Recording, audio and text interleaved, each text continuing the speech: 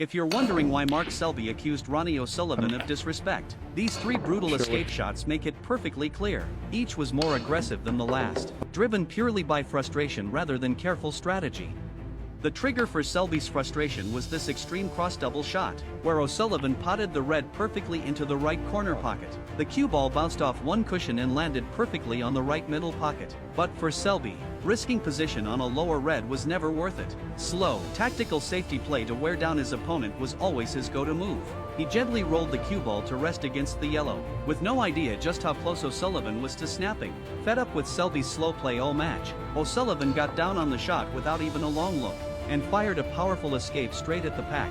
It looked like a reckless, unplanned hit, but once the red settled, it left a surprisingly solid defensive position.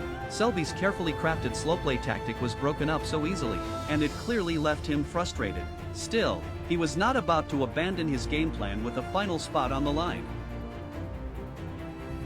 This was the 2020 World Snooker Championship semifinal, 6 full years since their last Crucible final showdown.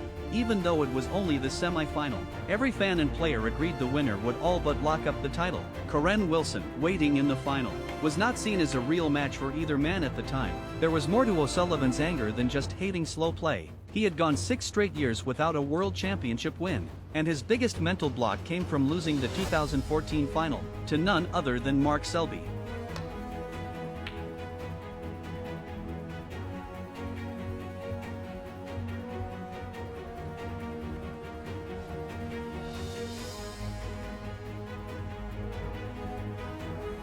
From Selby's side, this title was just as important to him. A win would give him his 4th World Championship trophy, and potentially his 2nd final win over O'Sullivan. To reach that goal, Selby brought out every single one of his signature slow play tricks for this match. This shot from Selby looked like an open opportunity, but it was actually a deliberate trap. Everyone waited to see how O'Sullivan would handle the mid-range chance.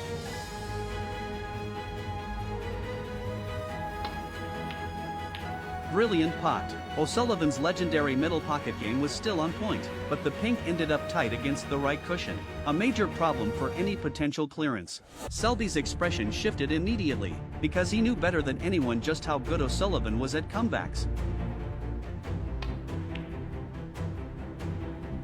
After potting the green, O'Sullivan still trailed by 15 points. Potting up to the pink would tie the score exactly, but with the pink stuck on the cushion, landing those 6 points was make or break for the comeback.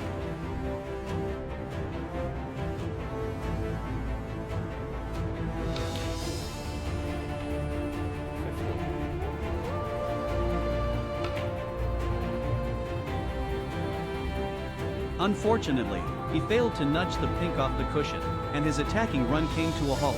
His plan was clear: tap the pink and drop the cue ball to the bottom for safety, but he hit it slightly too hard. The cue ball bounced back and left a long-range opening for Selby. Most players would have gone for the pink to seal the frame right there, but the always cautious Selby chose defense over a risky shot every time.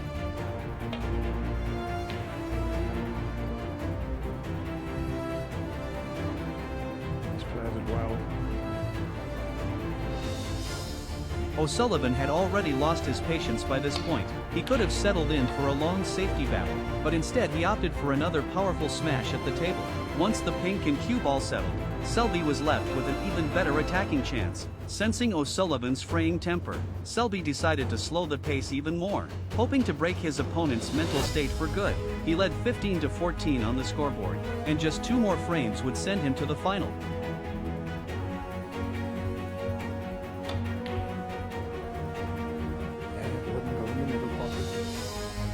Look at this shot he's played here.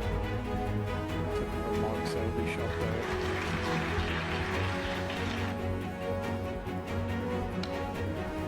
O'Sullivan completely missed the target on his next escape, and it was obvious he had checked out of the frame mentally. The match should have ended right there, but Selby's next call pushed O'Sullivan over the edge entirely, with only 2 colored balls left and no clear angle on the pink.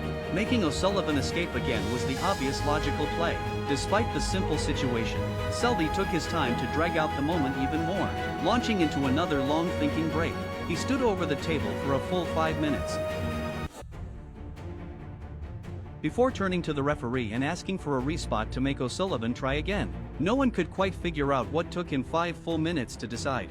By this point, winning or losing no longer mattered to O'Sullivan.